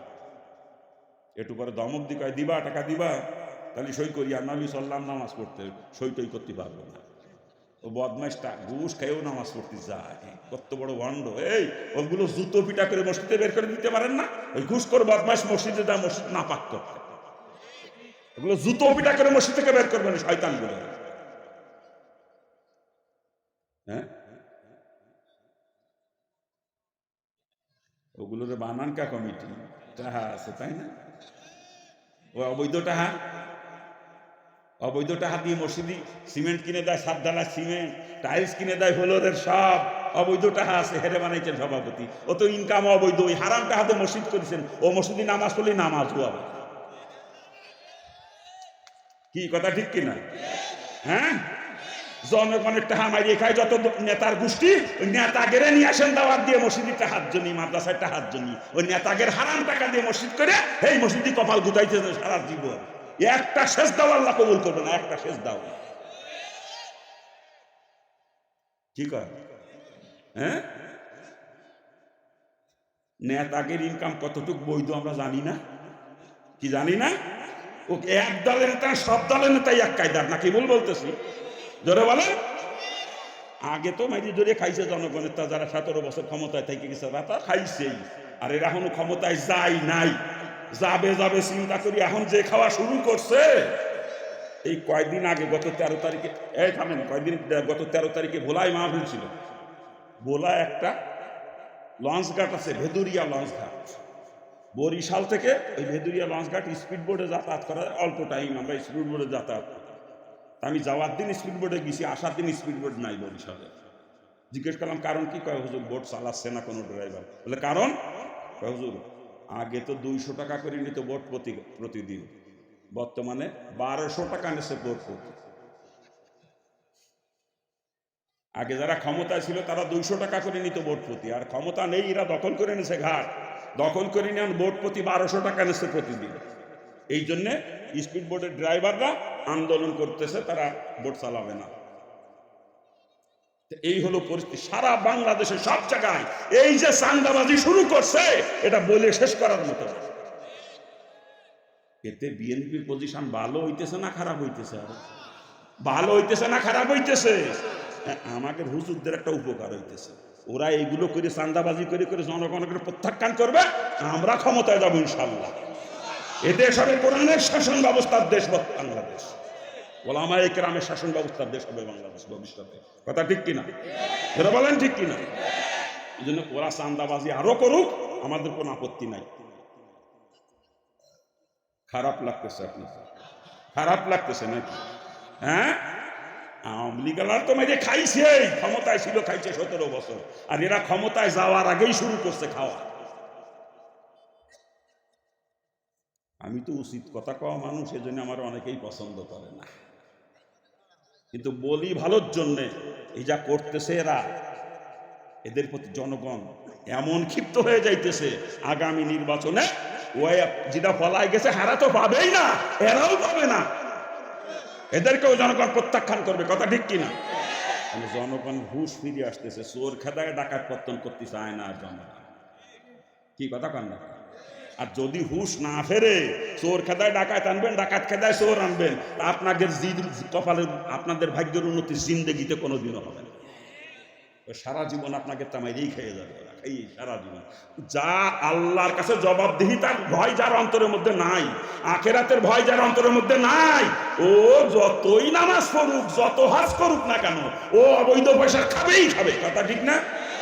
আর যেই লোকটার মধ্যে আখেরাতে জবাব দেওয়ার ভয় আছে, আল্লাহর ভয় যার অন্তরের মধ্যে আছে, পরকালের ভয় আছে, সে কখনো অবৈধ পয়সা পেটে ঢুকাইতে পারে না, জাহান্নামের আগুন সে কখনো পেটে ঢুকাইতে পারে না। কথা ঠিক কিনা? জোরে বলেন ঠিক কিনা? ওদের দেখেন না, জুব্বালা, টুপিওয়ালা, জুব্বালা চাকরি করে, অফিসার টেবিলের তল দেখায়, ওগুলো ভণ্ডামি। কথা ঠিক কিনা? ওর টুপি দাড়ি জুব্বা সব ভণ্ডামি, ভণ্ড, ঘুষখোর, বদমাইশ, মানুষের ধোকা দেওয়ার জন্য এই জুব্বা টুপি দাড়ি রয়েছে, মানুষকে ধোকা দেওয়ার জন্য, ধোকাবাজ। খারাপ লাগতেছে না? চাকরি একটা করতে পারলি হয়, কয়দিনের মধ্যে বাড়ি বিল্ডিং দিয়ে ফেলায় দেয়। আগে কয়দিন আগেও দেখছি ভাঙ্গা টিনের ঘর, বৃষ্টি বাইরে নামার আগে ওর ঘরের মধ্যে পানি পড়তো। কি কথা ঠিক কিনা? ওর বাপ রিক্সা চালাইতো অথবা পরের ক্ষেত্রে কামলাগিরি করতো। ওই কামলাগিরি করে রিক্সা চালায়, কষ্ট করে টাকা পয়সা কামাই করে পোলারে লেখাপড়া শিখেছে। পোলা লেখাপড়া শিখে চাকরি পাই এখন অফিসার হয়েছে। এখন আর ডাক দেখে কি ডাক, বাপরে বাপ। বাপেরও হজ করায় নিয়ে আসে যে কামলা দিতে পরের ক্ষেত্রে রিক্সা চালাইতো। এই বদমাইশা নাজি সাহেব হয়েছে, মসজিদে যে মাত বরিও করে আজি সাহেব। পোলা হজ করায়, টাকার তো অভাব নেই বোঝেন না। চাকরি করে কাস্টমে অথবা সেটেলমেন্টে। অফিসে যাওয়ার সময় খালি ব্রিফকেস নিয়ে নাচতে নাচতে চলে যায়, খালি ব্রিফকেস, কিন্তু আসার সময় ব্রিফকেস ভর্তি করে বান্ডিল নিয়ে ফেরে। কথা ঠিক না? নাকি ভুল বলতেছি আমি? হ্যাঁ, টাকার তো অভাব নাই, বাপের বান্ডিল ধরে ধরে টাকা দেয়। আর বাপ খরচ করে কি করে? বাজারে যাইয়ে, আজি সাহেব যেদিন বাজারে যায়, ভালো মাছের কাছে আর কেউ যাওয়ার ক্ষমতা নাই। কথা ঠিক না? নাকি ভুল বলতেছি? বাজার টাজার করিয়ে কামলা দিয়ে বাজার পাঠায় দেয় বাড়ি, দিয়ে নিজে যে চার দোকানে বসে, বসে চা এক কাপ নিয়ে, ওরে গপ্প, আমার পোলা বড় অফিসার, এদেশের বড় মাপের অফিসার আমার পোলা। এই পিরাই সরকারি সফরে, সরকারি ট্যুরে যায় বিভিন্ন দেশে। এই যে কয়েকদিন আগে সিঙ্গাপুর গেলি, আমার লাঠি কান দেখতেছো না, পিতল দিয়ে বান্ধানো লাঠি, আমার পোলা সিঙ্গাপুর তাই নির্দেশে সরকারি সফরে গেছে। পকেটেতে তসবি টান দিবার, কি তসবি দেখছো? মালয়েশিয়ান তসবি। আমার পোলা আইনে দেশে মালয়েশিয়া গেছিল সরকারি ট্যুরে। পার্স জুতো দেখায় মাসি, এই জুতো দেখছো? বিদেশি কোম্পানি জুতো, অ্যাপেক্সের জুতো, অ্যাপেক্সের। আমার বলা ডাহাত টেনি আইছে। গল্প গোলারে নিয়ে তোর গল্প ছুটিয়ে যাবে রে বিয়াক্কেল। তোর কুত্তাও জাহান্নামে যাবে, তুই কুত্তার বাপ কুত্তা, তুইও জাহান্নামে যাবে। তোর কুত্তা নিজেও পায়খানা খায়, তোরও পায়খানা খাওয়ায়, বুঝো তুই? হ্যাঁ, তুই তো গার্জিয়ান, তোর দায়িত্ব ছিল লাগাম ধরা। তুমি কয় টাকা বেতন পাও? এই যে জমি কিনলে, এই যে ফ্ল্যাট কিনলে, এই যে বাড়ি করলে, এই যে গাড়ি কিনলে, টাকা পাইলে কোথায়? হিসাব দাও। জি, গার্জিয়ানের দায়িত্ব ছিল না হিসাব নেওয়া? কিন্তু গার্জিয়ান তো বান্ডিল ভাই মিলে গেছে, পুলা এখন ওই যেই। আর একটারে মাদ্রাসায় পড়াইছিল মুফতি সাহেব। মুফতি সাহেব তো বেতন পায় 9,000 টাকা, নিজেরই চলে না, বাপের টাকাও দিতে পারে না, তারপরেও কিছু দেয়। কিন্তু ওটা তো বাপের পছন্দ হয় না। ওই যে আর এক ফুলা যে বান্ডিল দেয় কাস্টম অফিসার, ওইটা হয়েছে এখন ফুলা। তোর হাসিগিরি ছুটিয়ে যাবে বিয়াক্কেল। ও ফুলা একা জাহান্নামে যাবে না, তোরে নিয়ে তারপরে যাবে। আল্লাহ পাক কোরআনে পাকে পরিষ্কার করে জানিয়েছেন, তাহা তাক দামিনা ইয়াকুনা মিনাল সালিম। ওই সন্তান তোকে পায়ের নিচে ফেলবে কিয়ামতের দিন, পায়ের নিচে ফেলে পাড়াইয়া চটকাইয়া তোকে নিয়ে তারপরে জাহান্নামে যাবে। এখনো সময় আছে, যদি বাঁচতে চান লাগাম ধরেন। আপনার পোলা ঢাকায় ফ্ল্যাট কিনছে, আশুলিয়ায় জমি কিনে বাড়ি বানাইছে, এলাকায় যদি কেউ কয় জমি বিক্রি করব, আপনার পোলার উপরে টাকা দিয়ে জমি কেনার মতো মানুষ এলাকায় নাই। এত টাকা আসে কন্তে? কয় টাকা বেতন পায়? কয় টাকা বেতন পায়? আরে পুলিশের কনস্টেবল হের ঢাকা শহরে বাড়ি আছে 5টা 6টা পুলিশের কনস্টেবল। ও যে বেতন পায়, ও তো বাসা ভাড়ায় হয়। ঢাকা শহরে বর্তমান 24-25 হাজার টাকা মাসিক বাসা ভাড়া। ও বাসা ভাড়ায় হয় না, ফ্যামিলি নিয়ে ঢাকায় থাকে, বাড়ি করে ফেলাচ্ছে 3-4 কয় বছর চাকরি। নাকি ভুল করছি আমি? হ্যাঁ, হারাম করে গোষ্ঠী সব জাহান্নামী, চিৎকার দিয়ে বলেন নাউজুবিল্লাহ। এরা জান্নাতে গেলে রসুল মিথ্যাবাদী হয়ে যাবে, রসুলের হাদিস মিথ্যা হয়ে যাবে। আর কসম খোদা, কসম খোদা, কসম খোদা, আমার রসুলের কোন হাদিস কখনো মিথ্যা হবে না, আমার রসুল কখনো মিথ্যাবাদী হবে না। অতএব হারামখোর কখনো জান্নাতে যাবে না। রসুলের পরিষ্কার হাদিস, হারাম মালের দ্বারা যে রক্ত আর গোশত শরীরে তৈরি হয়, ওই রক্ত আর গোশত জাহান্নামের খোরাক। হারামখোরের জন্য আল্লাহ পাকের জান্নাত হারাম। তা হারামখোর যদি জান্নাতে যায়, রসুলের হাদিস মিথ্যা হয়ে যায় না? মিথ্যা হয়ে যায় না? বাবা জান, আমার উপরে রাগ করেন, আমার কোনো দুঃখ নেই, তাতে আপনার পা ধরিছি। যদি জান্নাতে যাইতে মন চায়, বন্ডামি করে জান্নাতে যাওয়া যাবে না। রুজিটা আগে হালাল করেন, হালাল কামাই করেন, হালাল খান, ইবাদত বন্দেগী কবুল হবে, অল্প ইবাদতে ভেস্তে চলে যাইতে পারবেন। আর ওই হারাম খাইয়ে নামাজ পড়ে কপাল কালো বানাইবেন, কসম খোদার একটা সেজদাও কখনো আমার মাবুদের দরবারে কবুল হবে না। কারণ ইবাদত করলে 1 নাম্বার শত হালাল রুজি খাওয়া। কি কথা ঠিক কিনা? রাগ করতেছেন? এই যে চাকরি বাকরি করতেছে, রসুলের তরিকার খেলা বাজানে চাকরি হয়ে যাচ্ছে নাফরমানি। এই চাকরির কারণে কিয়ামত আমাকে জাহান্নামে যাওয়া লাগবে, কারণ ইবাদতের পরিণতি জান্নাত, আর নাফরমানির পরিণতি কিন্তু জাহান্নাম। ঠিক কিনা? জোরে বল। কি জোরে বলেন ঠিক কিনা? এই জন্য জীবনে যা কিছু করবো সব ইবাদত বানাইয়া করা লাগবে। আর ইবাদত তখনই হবে যেটা রসুলের তরিকায় যখন হবে। কথা ঠিক কিনা? হ্যাঁ, আমরা পায়খানা প্রস্রাব করি, এর মধ্যে রসুলের তরিকা নাই। ঘুমাই, ঘুমের মধ্যে রসুলের তরিকা নাই। আপনি সারা রাত ঘুমাইবেন, অথচ সারা রাত আমল নামায় নেকি জারি থাকবে যদি সুন্নাত তরিকায় ঘুমাইতে পারেন। বিস্তারিত আলোচনা সব বিষয় নিয়ে করতে পারবো না, ওটা স্থানীয় ওলামা ইকরামদের উপর দায়িত্ব দিয়ে যাচ্ছি, তাদের কাছ থেকে জেনে নেবেন রসুল কোন কাজ কিভাবে করেছেন আর আমার কিভাবে করতে হবে। ইবাদত তখনই হবে। কথা ঠিক কিনা? যারা বলেন ঠিক কিনা? এটা স্থানীয় ওলামা ইকরামদের উপর দায়িত্ব দিয়ে যাচ্ছি। সমস্ত কাজ, পায়খানা প্রস্রাব রসুল কেমনে করেছেন আমার কেমনে করতে হবে। আমি খানা খাবো, রসুল কেমনে খানা খাইছেন আমাকে কেমনে খানা খাইতে হবে। খানা তো ওরই পদও খায়, তাই না? মিস্টার বুশ খায় না? আপনার গোয়াল করে না মিস্টার কাউ, গরু গরু হরিপদ খানা খেলে হরিপদের পেট ভরে, মিস্টার বুশ খানা খেলে বুশের পেট ভরে। আপনার গোয়াল গড়েটা মিস্টার কাউ অর্থাৎ গরু খানা খেলে গরুরও পেট ভরে। কিন্তু আমি আব্দুল করিম খানা খেলে পেট ভরলে চলবে না। আমার খানা খাওয়া ইবাদত হতে হবে, কারণ মাওলা আমাকে সৃষ্টি করে সিল্লা দিয়া বুঝুন খানা খাওয়ার জন্য মাওলা আমাকে সৃষ্টি করে নাই। কথা ঠিক কিনা? জোরে বলেন। কি জোরে বলেন ঠিক কিনা? তাহলে রসুল খানা খাইছেন তো জীবনে? খানা খাওয়ার মধ্যে রসুলের তরিকা আছে তো? আচ্ছা, রসুল চেয়ার টেবিলে জীবনে কয়দিন খানা খাইছেন একটু কান্দি? হ্যাঁ, তা আপনাদের অধিকাংশ মুসলমানের ঘর তো বর্তমান ডাইনিং সেট। আপনার চেয়ার টেবিল ছাড়া খাতেই পারেন না আপনারা। হ্যাঁ, সাধারণ পাবলিকের কথা কি করবো? টাইটেল পাস মাওলানা, হে বিয়াক্কেলের ঘরেও ডাইনিং টেবিল, চেয়ার টেবিলই খানা খায়। আলেম হয়ে চেয়ার টেবিলই খানা খায়। আলেম নামের কলঙ্ক, ওগুলো জুতো দিয়ে সাইজ করতে পারতাম দেরি। বিয়াক্কেল সুন্নাত তরিকার খেলাফ চলতে পারে কোন আলেম, এ তো কল্পনাও করা যায় না। কথা ঠিক কিনা? ইন্নাল উলামা আওরাসাতুল আম্বিয়া, নিশ্চয় ওলামায়ে কেরাম নবীদের ওয়ারিস। কথা ঠিক কিনা? যারা বলে আলেম হয়ে সুন্নাত তরিকার খেলাফ কেমনে চলতে পারে? আমার বেরেনে ধরে না, এটা আমার বেরেনেই ধরে না। ওয়াজ করতে গেছি আজি সাহেবের ঘরে খানা, চেয়ার টেবিলি খানা। আমি তো আজি সাহেব, আমি তো চেয়ার টেবিলি খাই না, আমার সমতল জায়গায় দিতে হবে। চেয়ার টেবিলি খানা খাওয়া তো জায়েজ, এটা খ্রিস্টানদের তরিকা। খ্রিস্টানদের তরিকা, সুন্নাত তরিকা হলো যেই লেভেলে বসবেন ওই লেভেলে প্লেট রেখে খানা খাইতে হবে। বসার এবং প্লেট রাখার লেভেলটা সমান হতে হবে। টেবিলি খাওয়া জায়েজ আছে, টেবিলের উপর উঠে বসতে হবে। টেবিলে খাওয়া জায়েজ, টেবিলের উপর উঠে বসতে হবে, যাতে বসার আর প্লেট রাখার লেভেলটা সমান। কি উপায় তো থাকে না, বাধ্য হয়ে আমারও তো খাওয়া লাগে হোটেলে। না, আমি তো সফরে থাকি সবসময়, হোটেলে তো আমারও মাঝে মাঝে খাওয়া লাগে। কি করবো তখন? ওই যে আমি এমনি পাওয়াটাও গুছায় বসি, এরকম বসি, আর টেবিলের তো আমার পকেটে রুমাল থাকে, রুমালটা প্লেটের তলে রুমালটা দিয়ে দস্তরখানা বানায়নি। কিন্তু এই প্লেট যে লেভেলে রাখতে হবে এইটা তো আর হয় না ও জায়গায়। কি করবো? এই জন্য সিস্টেম পরিবর্তন হওয়া দরকার, দেশের সিস্টেম। কথা ঠিক না? ধরে বলে সিস্টেম পরিবর্তন হওয়া দরকার। কিন্তু আমি বাড়িতে তো সুন্নাত তরিকা খাইতে পারি, বাড়িতে চেয়ার টেবিলি খাবো কে আমি? হ্যাঁ, আর দস্তরখানা তো বিছড়েও পাওয়া যায় না মুসলমানের ঘরে বর্তমানে। সে নেই না দস্তরখানা। এক কওমি আমার দেশে মাহফিল করতে গেলে দস্তরখানায় খানা দেয় মাঝে মাঝে। আর তবলিগের খাঁটি মুবাল্লিগ যে, তার ঘরে মাঝে মাঝে দস্তরখানায় খানা দেয়। আর সরমুনার খাঁটি মুজাহিদের ঘরেও দস্তরখানা পাওয়া যায়। কি কথা ঠিক না? কিন্তু আমল নাই, আমল নাই। তবলিগি যখন সিল্লায় যায়, 3 দিনে যায়, তখন ঠিকই দস্তরখানায় খানা খায়। বাড়ি আসলে এক কেলের হুঁশ থাকে। কি কথা ঠিক কিনা? ওই সরমুনার মুরিদরা যখন মাসিক ইস্তেমার দিন খানা খায়, সরমুনায় যায় মাহফিলের সময় খানা খায়, ওই সময় দস্তরখানা বিছিয়েই খায়। কিন্তু বাড়ি আসলে এক কেলের হুঁশ থাকে না। কি কথা ঠিক না ভুল বলতেছি? জোরে কান, আল্লাহ পাক আমাদেরকে হেফাজত। জোরে কান না আমি। অথচ দস্তরখানার ভিতরে রুজির বরকত, আজকে হাইউ তাস করি, অভাবই দূর হয় না, পেরেশানি দূর হয় না। লক্ষ লক্ষ টাকা ইনকাম করতেছে প্রতি মাসে, অথচ তার পেরেশানি দূর হয় না। রুজির মধ্যে কোনো বরকত নাই। আর ওই যে কওমি মাদ্রাসার হুজুর বেতন দেন 7,500, কয় হাজার? 7,500, 7,000। ওরে বেতন দেন 7,500, কিন্তু সংসার হাসিয়ে খেলে চলতেছে।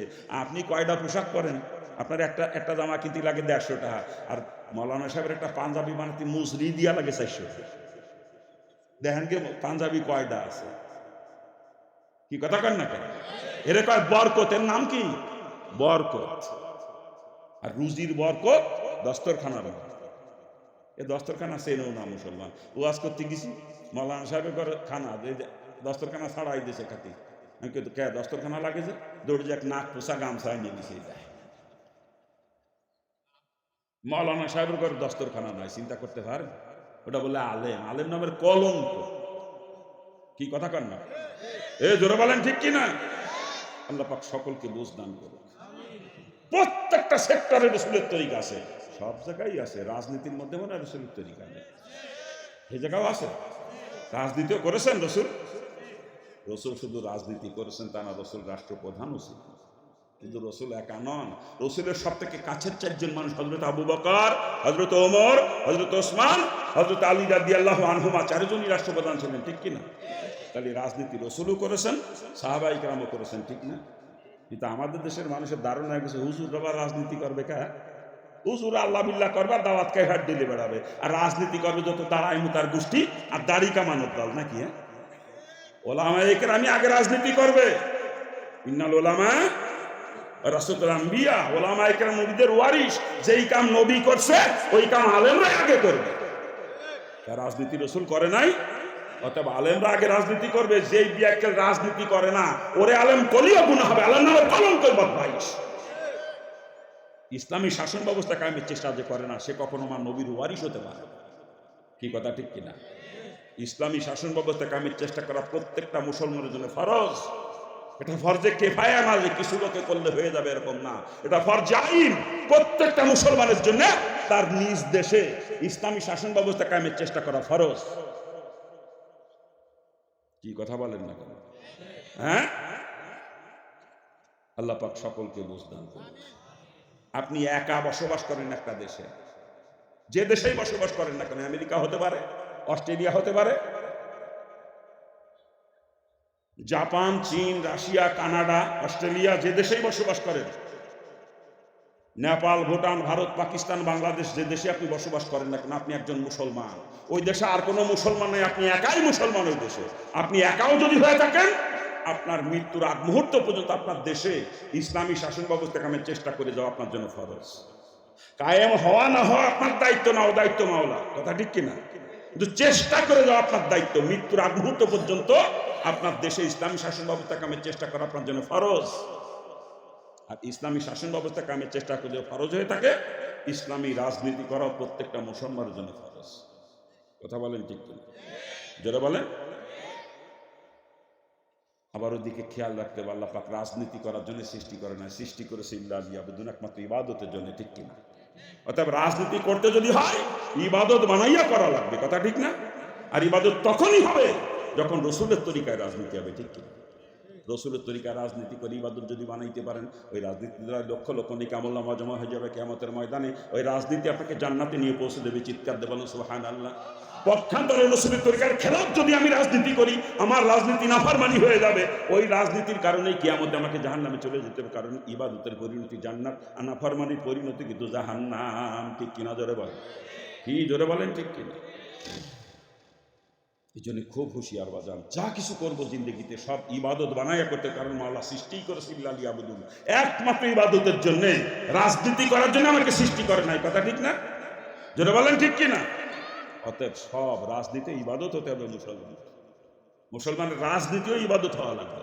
আর ইবাদত তখনই হবে যখন রসুলের তরিকায় ইসলাম কায়েমে রাজনীতি হবে। কথা ঠিক কিনা? দুঃখ লাগে, আমি হিন্দুর বাচ্চা। আল্লাহ পাক আপনাদের মতো মুসলমান ঘরে আমাকে জন্ম দেন নাই, হিন্দুর ঘরে জন্ম দিয়েছিলেন। আর হিন্দু অবস্থায় আমি ছাত্রলীগের জেলা সেক্রেটারি ছিলাম, ছাত্রলীগের কলেজের বিপি ছিলাম, মাগুরা গভর্নমেন্ট কলেজের বিপি। ছাত্রলীগের প্যানেল থেকে কলেজের বিপি নির্বাচিত হয়েছিলাম। আজকে যদি আওয়ামী লীগ করতাম, এই যে 17 বছর ক্ষমতায় থেকে গেল আওয়ামী লীগ, এই 17 বছর দাপটওয়ালা মন্ত্রী থাকতাম আমি একজন। আবার ম্যাডাম যখন পলাইছে তখন আমারও ফলানো লাগতো, আপনারা খাতির করতেন না আমাকে। কথা ঠিক না? কিন্তু আল্লাহ পাক তার আগেই আমাকে বোঝ দিয়ে দিয়েছেন যে মুসলমান তো কখনো কুফরি মতবাদ কায়েমের চেষ্টা করতে পারে না।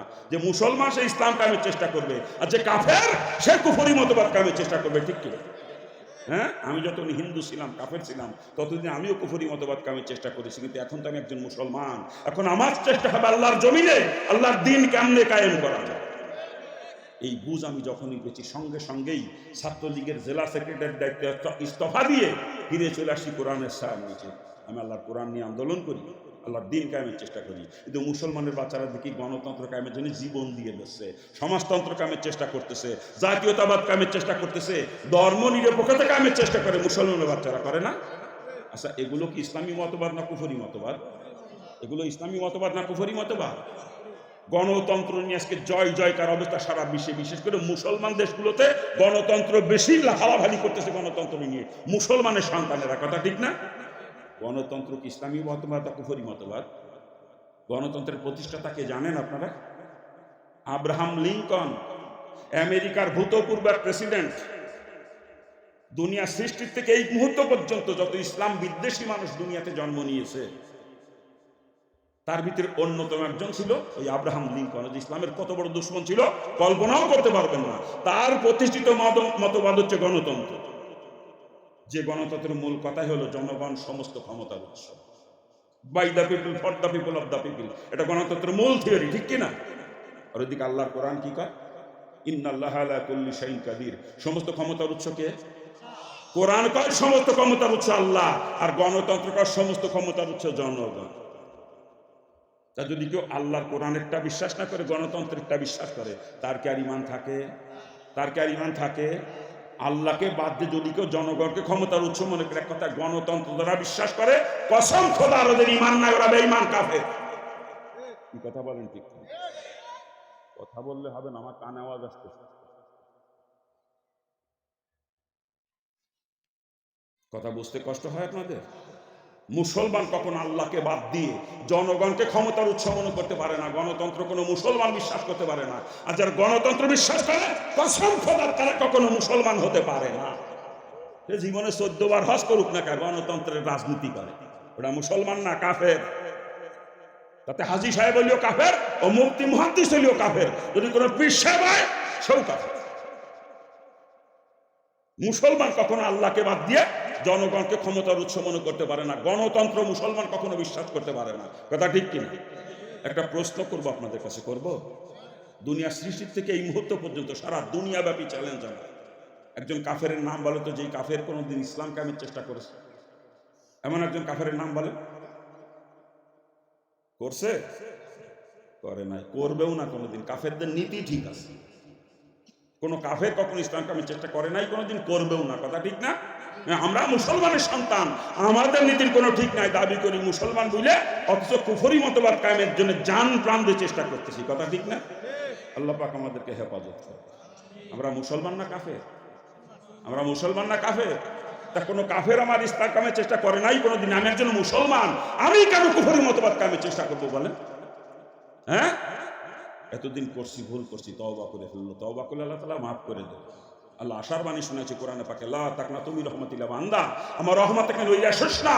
এতদিন কুফরি মতবাদ কায়েমের চেষ্টা করেছিলি, তওবা করে ফিরে আয় কোরআনের সার নিচে।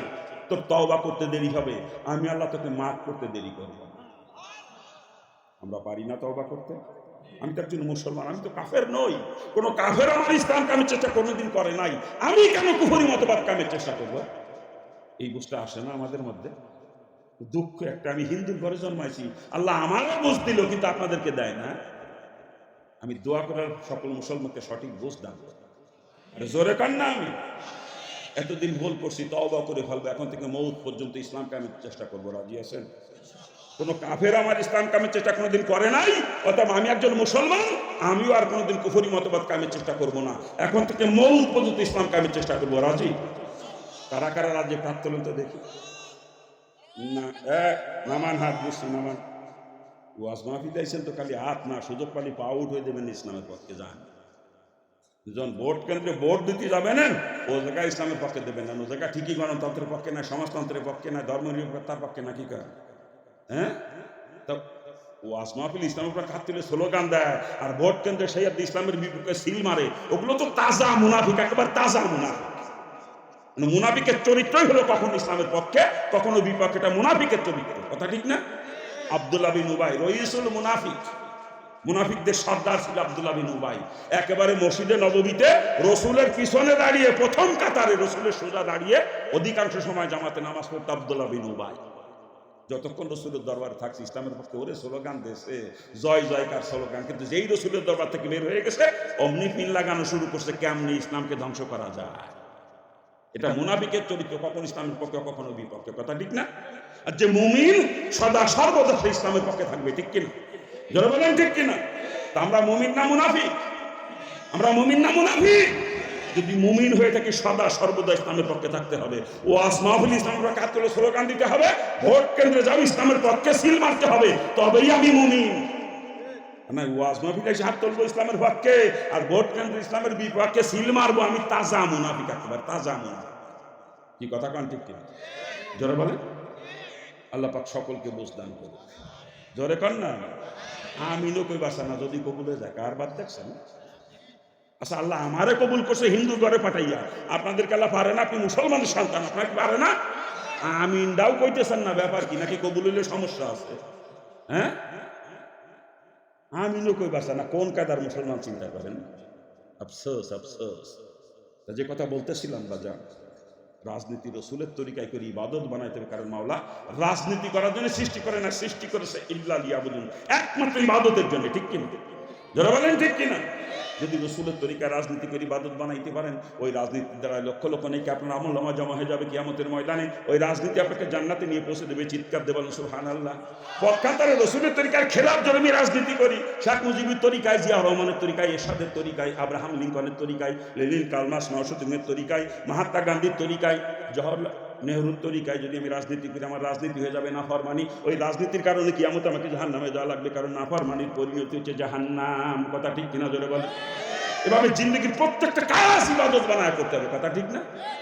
আমরা বিয়ে শাদী যা করতেছি, বিয়ে শাদীর মধ্যে রসুলের তরিকা নাই? রসুল বিয়ে শাদী করছেন না?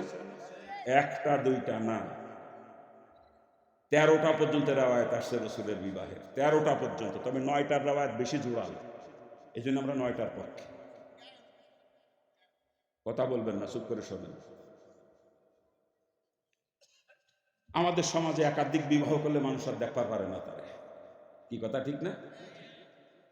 যারা একাধিক বিবাহ করার কারণে সমালোচনা করছেন তাদের ঈমান নাই, কিন্তু তওবা করে নতুন করে কলমা পড়ে ঈমান আনেন। রসুল জীবদ্দশায় যত কাজ করেছেন, একটা কাজকেও অপছন্দ যদি করেন আপনি কাফের, আপনার ঈমান নেই। কি বলেন? রসুল যা কিছু জীবনে করছে সব আমরা করতে পারবো না, আমাদের পক্ষে করা সম্ভব না। কিন্তু রসুল যেই কাজগুলো করেছেন, ওর একটা কাজকেও, যত ছোট কাজই হোক না কেন, একটা কাজকেও যদি আপনি অপছন্দ করেন আপনি কাফের হয়ে গেছেন, সাথে সাথে আপনার ঈমান নেই। রসুল একাধিক বিবাহ করছেন না? আমাদের সমাজের কি দোষ জানে? ঘরে বউ একটা আছে, সুন্দরী বউ, এই একটাই হয় না, ওই যে থুয়ে বিটির কাছে, ও বিটির কাছে যে জিন্দেগি শেষ করতেছে। কথা ঠিক না? কিন্তু যদি বিয়ে করে একটা, এই তখনই জ্বালা, এ জায়গা ও জায়গা জিন্দেগি বরবাদ করতে পারে। কিন্তু বিয়ে করলে এই সমাজে সমালোচনা শুরু হয়ে যায়। আর ও যে আকাম করিবার আছে দুনিয়া ভরিয়ে বেটি, সে বেটির সাথে এইটা নিয়ে কোনো সমালোচনা করে না, কিন্তু যেই বিবাহ আরেকটা করে অমনি সমালোচনা ঝড় হয়ে যায়। হ্যাঁ, একাধিক বিবাহ 4টা পর্যন্ত জায়েজ করেছেন শরীয়ত। কথা ঠিক না? 4টা পর্যন্ত বিবি রাখতে পারবে একসাথে একজন মুসলমান। তবে বিবিদের মধ্যে সমতা বজায় রাখতে হবে। যদি সমতা বজায় রাখতে না পারেন, 1 চোখা হন, তাহলে কিন্তু আপনার বিপদ আছে। 1 চোখা যদি হন, সমতা বজায় রাখতে না পারেন, আপনার দ্বিতীয় বিবাহ করা ঠিক না। কি? কিন্তু উভয় বিবির মধ্যে সমতা বজায় না রাখতে পারলে দ্বিতীয় বিবাহ করবেন না। কিন্তু দ্বিতীয় বিবাহ যদি কেউ করে, সমতা বজায় রাখতে পারে, দ্বিতীয় বিবাহ করছে বলে তার সমালোচনা করবেন, আপনার ঈমান চলে যাবে, সাথে সাথে আপনি কাফের হয়ে যাবেন, সাথে সাথে। কথা বুঝতে কষ্ট হয়? বুঝতে কষ্ট হয়?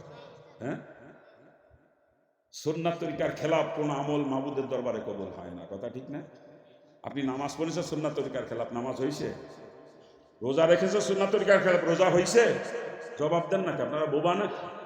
হ্যাঁ, ঠিক তদ্রুপ আপনি বিয়ে করেছেন সুন্নাত তরিকার খেলাফ, আপনার বিয়ে হয় নাই, কসম খোদার আপনার বিয়ে হয় নাই। কারণ সুন্নাত তরিকার খেলাফ কোনো আমলই আল্লাহ পাকের দরবারে গ্রহণযোগ্য নয়। যে বিয়ে সুন্নাত তরিকার খেলাফ, ও বিয়ে কোনোদিন আল্লাহ কবুল করে না। আর আল্লাহ যেই বিয়ে কবুল করে না, ও বিয়ে কোনো বিয়েই না। ওই যে স্বামী স্ত্রীর নামে সারা জীবন মিলামিশা করতেছেন, অবৈধ মিলামিশা, জিনা। জিনা আর জিনার মাধ্যমে সন্তান জন্ম নিলে কি হয়? বলেন, অবৈধ সন্তান, হারামজাদি, জারোর সন্তান। আজকে জারোর সন্তানে মুসলিম সমাজ ভরপুর হয়ে গেছে, যার কারণে মুসলিম সমাজের আজকে এই পরিণতি।